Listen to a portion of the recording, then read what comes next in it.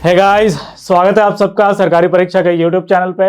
मेरा नाम है अमित पटेल और आज हम लोग यहाँ पर एसएससी एमटीएस, हाँ जी हाँ, एसएससी एमटीएस और हवलदार, कल ही इसकी वैकेंसी जो है वो अनाउंस कर दी गई है। कल नोटिफिकेशन इसका आ गया है और जैसा कि बाकी सारे एसएससी एग्जामों में देखा गया है, तो एसएससी एमटीएस में भी क्या हुए हैं, वक्त बदल गए हैं, जज्बात बदल गए हैं। तो बहुत बड़ा चेंज हुआ है इसके पैटर्न में। ठीक है, छोटा मोटा चेंज नहीं कहेंगे दोस्तों, बहुत बड़ा बदलाव है ये। तो हम देखते हैं कि क्या है वो बदलाव। ठीक है, इससे जो पहले से तैयारी में लगे थे, क्या उनको कुछ अलग तैयार करना पड़ेगा या फिर तैयारी उनकी जो जैसी चल रही थी वैसे ही चलती रहेगी, और कुछ वो हम सब यहाँ पे डिस्कस करेंगे। तो बहुत बड़ा बदलाव है, देखते हैं आगे कि क्या बदलाव है। आइए पहले मैं बात कर लूं, यहाँ एसएससी एमटीएस पिछले साल से आपको दिख रहा होगा कि हवलदार की वैकेंसी जो है वो ऐड कर दी गई है। ये 2022 की वैकेंसी है। ठीक है, तो यहां पर कल से इसका एग्जाम का जो फॉर्म है ऑनलाइन भरने का, वो कल रात से ही ओपन कर दिया गया है। 18 से 17 फरवरी के बीच में लास्ट डेट कब है, 17 तारीख को ही है, 11 बजे तक। और फी पेमेंट करने का टाइम 2 दिन एक्स्ट्रा देता है आपको एसएससी, 19 फरवरी तक। और ऑफलाइन चालान भी जनरेट करने का लास्ट डेट क्या, 19 फरवरी। यहाँ पर चालान अगर आप भरते हैं तो 20 जनवरी आपको एक दिन थोड़ा सा एक्स्ट्रा मिलता है चालान भरने के लिए। और अब क्या होता है ना कि एसएससी बहुत बार फॉर्म रिजेक्ट कर देता है, तो अगर आपको लगता है कि आपने थोड़ी सी भी गलती की है कहीं पे, तो आप क्या करोगे, उसको चेंज कर सकते हो। तो सुधारने के लिए भी वो अलग से आपको समय देता है 23 और 24 फरवरी का। ठीक है, इसका जो कंप्यूटर बेस्ड एग्जामिनेशन होना है, इसका जो शेड्यूल है वो क्या है, अप्रैल है। मतलब कि अप्रैल में मोस्ट प्रोबेबली ये एग्जाम करवा लिया जाएगा। और एसएससी क्या करता है ना कि डिले नहीं करता, वो टाइम से एग्जाम करवा ही लेता है। तो आइए हम जल्दी जल्दी देखते हैं कि वैकेंसीज की अगर हम बात करें तो सिर्फ एमटीएस में इस बार 10,880 वैकेंसी है, ये अप्रोक्स है, बढ़िया घट भी सकता है। हवलदार की बात करें तो 529 वैकेंसी है। मतलब टोटल अगर हम बात करें यहाँ पे, तो टोटल कितनी वैकेंसी है, तो यहाँ पे 1400 प्लस वैकेंसी है।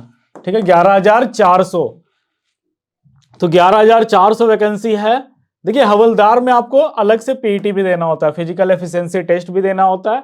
बाकी पेपर दोनों का सेम ही होता है, मतलब प्री का जो पेपर है वो सेम ही होगा, मतलब रिटन एग्जाम सेम होते हैं, इसमें बस केवल पीएसटी ऐड हो जाता है, पीएसटी पीईटी। अब देखिए एज लिमिट की हम बात करें तो यहां पर गौर करने वाली बात यह है कि ये 2022 का फॉर्म है, पर ये एज लिमिट कहां तक ले रहा है, ये 1 जनवरी 2023 से ले रहा है। तो आपका जो उम्र है वो क्या है, 18 से 25 साल के बीच में होना चाहिए। मतलब कैंडिडेट अगर 1998 से पहले उनका जन्म नहीं होना चाहिए। ठीक है, कैंडिडेट बोर्न नॉट बिफोर और नॉट लेटर देन, इससे पहले इसके बाद, तो वो भर सकते हैं। यहां पर 2 वैकेंसी होती है, एक 18 से 25 साल के लिए, एक 18 से 27 साल के लिए। अगर रिलैक्सेशन की बात करें, एससी एसटी को यहाँ पे 5 साल मिलते हैं, ओबीसी को 3 साल एक्स्ट्रा मिलते हैं। पीडब्ल्यूडी अनरिजर्व कैटेगरी है ये, इसमें 10 साल आपको दिया जा रहा है। पीडब्ल्यूडी अगर आप ओबीसी में है तो 13 साल, और पीडब्ल्यूडी अगर एससी एसटी है तो 15 साल का रिजर्वेशन यहाँ पर मिलता है। तो देखिए बहुत ज्यादा वैकेंसी है यहाँ पर, 11,400 वैकेंसी बहुत होता है। मतलब कि ये गोल्डन अपॉर्चुनिटी है, इस बार अगर आपका पेपर हो गया तो हो जाएगा। और देखो एसएससी एमटीएस बहुत लोग भरते हैं, पेपर क्या है 10वीं लेवल के पैटर्न पे होता है। मतलब ये इसमें जो मिनिमम क्वालिफिकेशन चाहिए वो 10th ही चाहिए, तो 10th का एग्जामिनेशन है ये।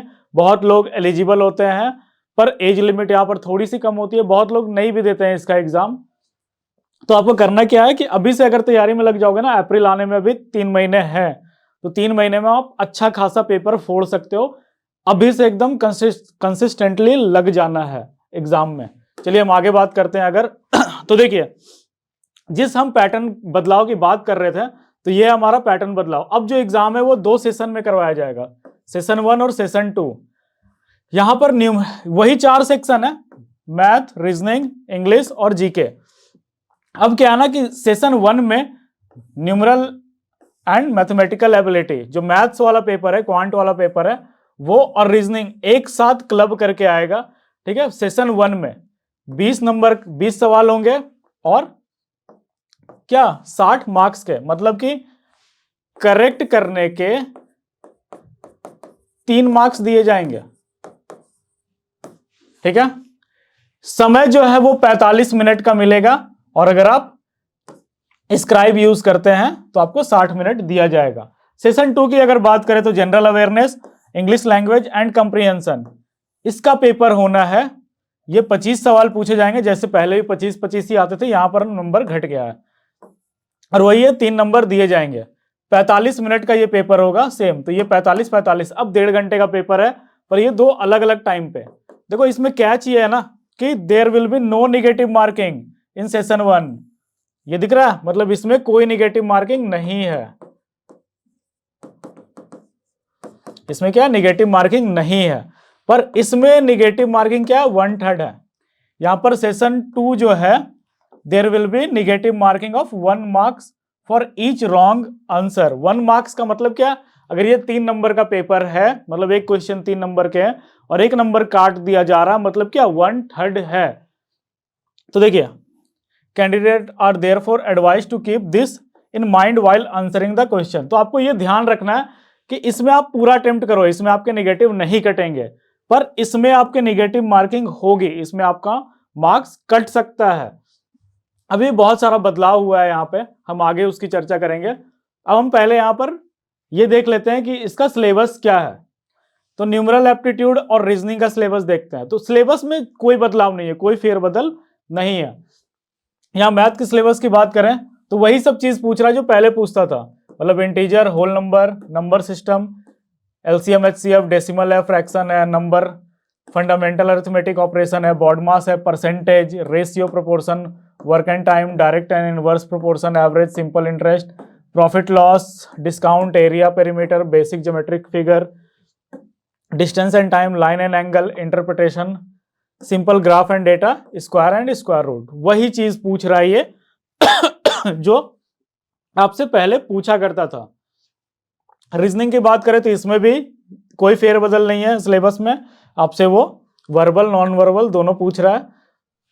तो यहां पर जो रीजनिंग का है, ये क्या ज्यादातर क्वेश्चन जो है वो alpha numeric series, coding, decoding, analogy, following directions, similarities and differences, jumbling, problem solving and analysis, non verbal reasoning based on diagram, age calculation, calendar, clock etcetera. तो देखा आपने सिलेबस में कोई चेंज नहीं है, मतलब उसने पैटर्न को बदला। देखो पैटर्न बदलने का आप यहां पर एक बात नोटिस करो कि आपने देखा कि अभी एसएससी सीजीएल में भी पैटर्न बदला गया। ठीक है, एसएससी के सारे एग्जाम्स में पैटर्न को बदला गया थोड़ा थोड़ा, बैंकिंग में भी, मेंस में भी पैटर्न बदला जा रहा है। ठीक है, हो सकता है कि आगे आने वाले रेलवेज के जो एग्जाम हो, अभी जो हो गए वो तो हो गए, पर आगे आने वाले रेलवेज के भी एग्जाम में क्या पैटर्न में बदलाव दिखे, तो ये जो है बदलाव वो सीईटी की तरफ हमें ले जा रहा है। ठीक है, जो गवर्नमेंट ने प्रपोज किया था CET, common entrance test, sorry, तो सीईटी के तरफ ये हमें ले जा रहा है। तो आगे आकर ये अभी से तैयार कर रहा है, मतलब ऐसा नहीं कि अचानक से पैटर्न बदल दे, एसएससी वाले अलग रोने लग जाएंगे, बैंकिंग वाले अलग रोने लग जाएंगे। तो गवर्नमेंट जो है वो थोड़ी सी चालाक है, वो क्या कर रही है कि धीरे धीरे स्टेप बाय स्टेप इसको इंप्लीमेंट कर रही है कि दोनों का सिलेबस एक जैसा कॉमन कर दिया जाए और फिर कॉमन सिलेबस को उठाकर सीईटी में डाल दिया जाए। तो वही यहां पर आपने सेक्शनल टाइमिंग देखा, अब हो सकता है कि इन दोनों के बीच आपको गैप दिया जाए, या ये भी हो सकता है कि दोनों एक साथ स्टार्ट हो। ठीक है, ये पहले 45 मिनट में, उसके बाद के 45 मिनट में। ठीक है, अब ये तो पेपर होगा तो पता चलेगा कि दोनों के बीच में गैप मिलती है या नहीं, पर ये सेक्शनल टाइमिंग यहां पर इंक्लूड कर दिया गया है सेक्शन वाइज बनाने के लिए, जैसा कि बैंकिंग में होता था।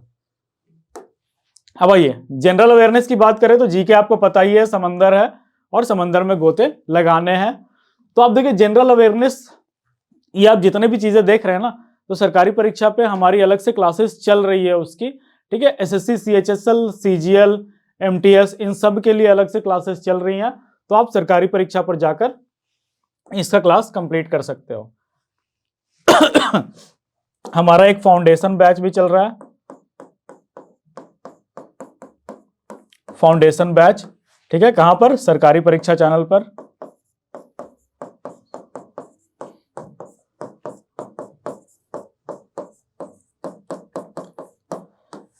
ठीक है। सरकारी परीक्षा पर फाउंडेशन मतलब शुरू से ही पढ़ा रहे तो आप वहां पर फाउंडेशन बैच भी पढ़ सकते हो। मतलब जो लोग शुरू से तैयारी करना चाहते हैं ये उनके लिए है। सारा कोर्स फ्री है, आप फ्री में पढ़ सकते हो, कोई पैसे नहीं लगेंगे। आइए इंग्लिश कंप्रीहेंशन की बात करें अगर, तो इंग्लिश कंप्रीहेंशन में क्या, वही basic English language, vocabulary, grammar जो है, सेंटेंस स्ट्रक्चर, साइनो एंटो और करेक्ट यूजेज एक्सेट्रा। यहां पर कंप्रीहेंशन भी है। Simple paragraph may be given and question based on paragraph to be asked. ठीक है, कॉम्प्रिहेंशन भी आपसे ये पूछ सकता है। अब देखो आपने तो एक पैटर्न देखा यहां पर चेंज कि चलो ये सेशन में डिवाइड हो गया। यहां पर नंबर ऑफ क्वेश्चन पहले 100 आते थे, अब टोटल 90 आ रहे हैं। ये 50, ये 40 और 40 नंबर में निगेटिव मार्किंग नहीं है। अब एक और बड़ा बदलाव ये हो गया है जिससे ये पूरा वक्त और जज्बात जो बदल गए हैं सबके, तो वो ये है कि परफॉर्मेंस जो है कैंडिडेट का सेशन 1 वो पहले इवेलुएट किया जाएगा। जब तक आप सेशन 1 को क्वालिफाई नहीं करते हैं तब तक वो आगे आपका सेशन 2 का कॉपी चेक नहीं करेंगे। ठीक है, सेशन 2 का कॉपी कब चेक होगा, जब आप सेशन 1 को क्वालिफाई करते हैं उसके बाद। तो ये दिख रहा है कुछ कुछ पैटर्न आपका। अभी एसएससी सीजीएल की अगर हम बात करें तो सीजीएल में क्या होता है, टीयर 2 का कॉपी चेक होता है, फिर उसके बाद ही टीयर 3 का कॉपी चेक होता है। मतलब उसके मार्क्स अगर आए हो, क्वालिफाई कर गए हो, क्योंकि दोनों एग्जाम साथ में हो जाता है तो उसके बाद ही चेक किया जाता है। तो ये कुछ कुछ वैसे ही है। सेशन 1 आपने क्वालिफाई कर लिया, उन्हीं बच्चों का सेशन 2 चेक होगा।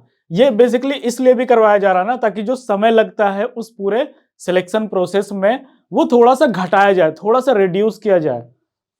तो अब होगा क्या कि सेशन 1 का रिजल्ट जैसे ही आया उसके बाद सेशन 2 का तुरंत रिजल्ट आ जाएगा। जिन जिन बच्चों का कॉपी चेक होना है केवल उन्हीं का चेक होगा। अब देखो मिनिमम क्वालिफाइंग मार्क्स जो है सेशन 1 और सेशन 2 का, ये मिनिमम है। मतलब ये मत मान के चलना कि भैया इसमें तो निकल जाएगा, भाई इतने तो लाने ही होंगे। हो सकता है कि वो 60%, 75% भी चला जाए। और जैसा कि एसएससी एमटीएस का ट्रेंड है, बहुत ज्यादा कट ऑफ रहता है यहाँ पे। ठीक है, मतलब कि 40 में आपको 35 तो स्कोर करने होंगे। नॉर्मलाइजेशन होगी नो डाउट। ठीक है, ये नॉर्मलाइज मार्क्स मैं लिख रहा हूं यहाँ पे, 35 से ज्यादा भी हो सकता है। अब देखो ये बोल रहा है कि एमटीएस कैंडिडेट, एमटीएस और हवलदार दोनों, हवलदार के लिए फिजिकल एफिशिएंसी भी पास करनी जरूरी है। उनका सिलेक्शन केवल और केवल सेशन 2 से होगा। मतलब जो मेरिट लिस्ट यहां पर बनेगी वो मेरिट लिस्ट बनेगी सेशन 2 के मार्क्स पे। मतलब यहां सेशन 1 और सेशन 2 है। सेशन 1 जो है ये अब मेरा हो जाएगा क्वालिफाइंग और ये बनाएगा मेरा मेरिट। ठीक है, मतलब इंग्लिश और जीके अब काफी इंपॉर्टेंट रोल प्ले करेगा यहां पे। देखो एसएससी का एग्जाम में होता है क्या ना कि मैथ रीजनिंग सबका बढ़िया होता है, मैक्सिमम लोगों का, और वो बहुत ज्यादा नंबर बूस्ट कर देता है। जीके में लोगों के थोड़े से कम मार्क्स आते हैं कंपैरेटिवली, इंग्लिश भी ठीक होता है। पर अब आपको जीके में भी मार्क्स लाने होंगे, तो जीके और इंग्लिश मिलाकर ही क्या बनेगा, मेरिट बनेगा। तो ये ध्यान रखना। तो मैं फिर से एक बार रिकैप में बता दूं कि 2 सेशन में बट गया है ये। पहले सेशन में मैथ और रीजनिंग है, 20-20 सवाल होंगे 45 मिनट के। दूसरे सेशन में जीके और इंग्लिश है, 25-25 सवाल होंगे दोनों के 45 मिनट में। ये क्वालिफाइंग नेचर का है, इसमें निगेटिव मार्किंग नहीं है पहले सेशन में, इसमें 1/3 निगेटिव मार्किंग है। ये क्वालिफाई करना है केवल। ठीक है, और इस पे मेरिट बनेगी। अगर आप हवलदार पोस्ट के लिए भरते हैं तो हवलदार में एक्स्ट्रा फिजिकल एफिशिएंसी टेस्ट भी देना होगा। ठीक है, तो वो थोड़ा ज्यादा टफ होता नहीं है, वो वॉकिंग वाला टेस्ट होता है। अब आइए हम डिस्कस कर ले यहाँ पे, ये पिछले साल का कट ऑफ था। ये जो आप बोर्ड पर देख रहे हो ये क्या है, पिछले साल का कट ऑफ। तो जैसा कि आप देख रहे हो कि हर एक स्टेट का अपना अलग कट ऑफ है, तो हाँ ये स्टेट वाइज कट ऑफ जाती है यहाँ पे।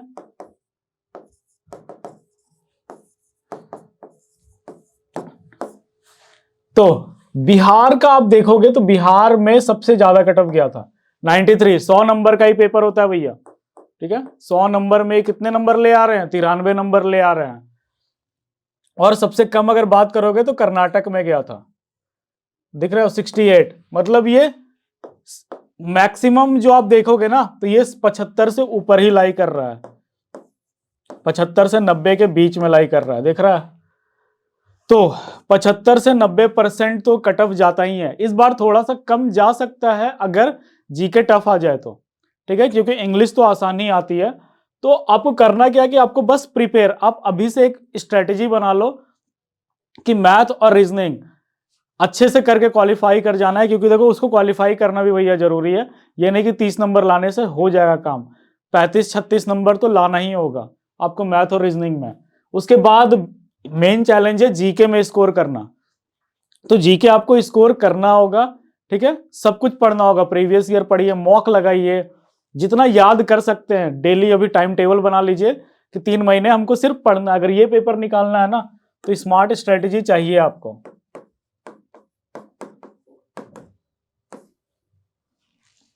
ठीक है, स्मार्ट अप्रोच आपको लेना होगा।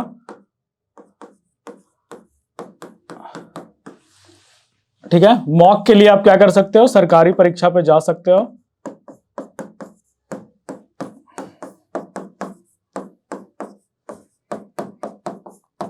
सरकारी परीक्षा.com पे जाइए और वहां पर आप अनलिमिटेड मॉक लगा सकते हो, एकदम एग्जाम रेलेवेंट मॉक बने हैं वहां पे।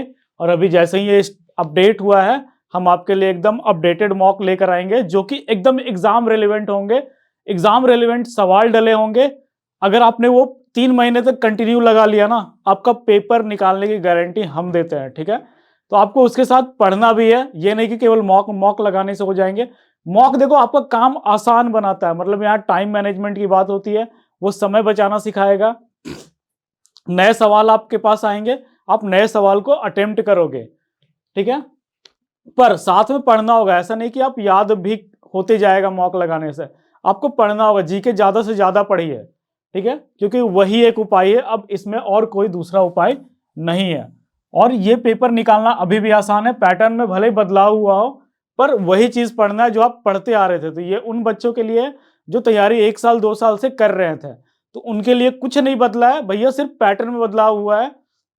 अब देखा जाए ना तो आपको समय थोड़ा सा ज्यादा मिला है, अब 45 मिनट दिए जा रहे हैं मैथ और रीजनिंग बनाने के लिए। पहले 1 घंटे का पेपर में सब कुछ, अब यहाँ पर आपके पास पर्याप्त समय है। आपको क्या करना है, थोड़ा सा और जान डाल देना है। सरकारी परीक्षा पे आप मॉक लगाइए और क्या कीजिए, अपनी तैयारी को अंतिम रूप देना अब चालू कीजिए। तो अगर आपको इससे रिलेटेड कोई डाउट वगैरह है, थोड़ा सा भी डाउट है, तो आप कमेंट सेक्शन में जाकर हमें बता सकते हैं कि मुझे ये डाउट है, ये समझ में नहीं आया। और अगर आप चाहते हैं कि हम आपके लिए और दूसरी वीडियोस लाएं एसएससी एमटीएस पे, तो आप वो भी हमें बता सकते हैं, ताकि हम क्या करेंगे, एक अलग से वीडियो आपको बनाकर सारे क्वेश्चन और आंसर का जवाब दे देंगे, ताकि आप पूरा क्लियर रहे माइंडसेट। तो आप क्या करेंगे, अब अगर चैनल को सब्सक्राइब नहीं किया तो सब्सक्राइब कर लीजिए, क्योंकि हमारा यहाँ फाउंडेशन बैच भी चल रहा है और एमटीएस पे भी क्लासेस चल रही हैं। और अगर आपको ये वीडियो अच्छा लगा हो तो आप क्या करेंगे, तुरंत लाइक बटन दबाएंगे और कमेंट करना तो मत भूलिए। अगर कोई भी डाउट है मन में, कमेंट में आकर बता दीजिए। ठीक है, तो मिलते हैं अब अगले वीडियो के साथ। धन्यवाद।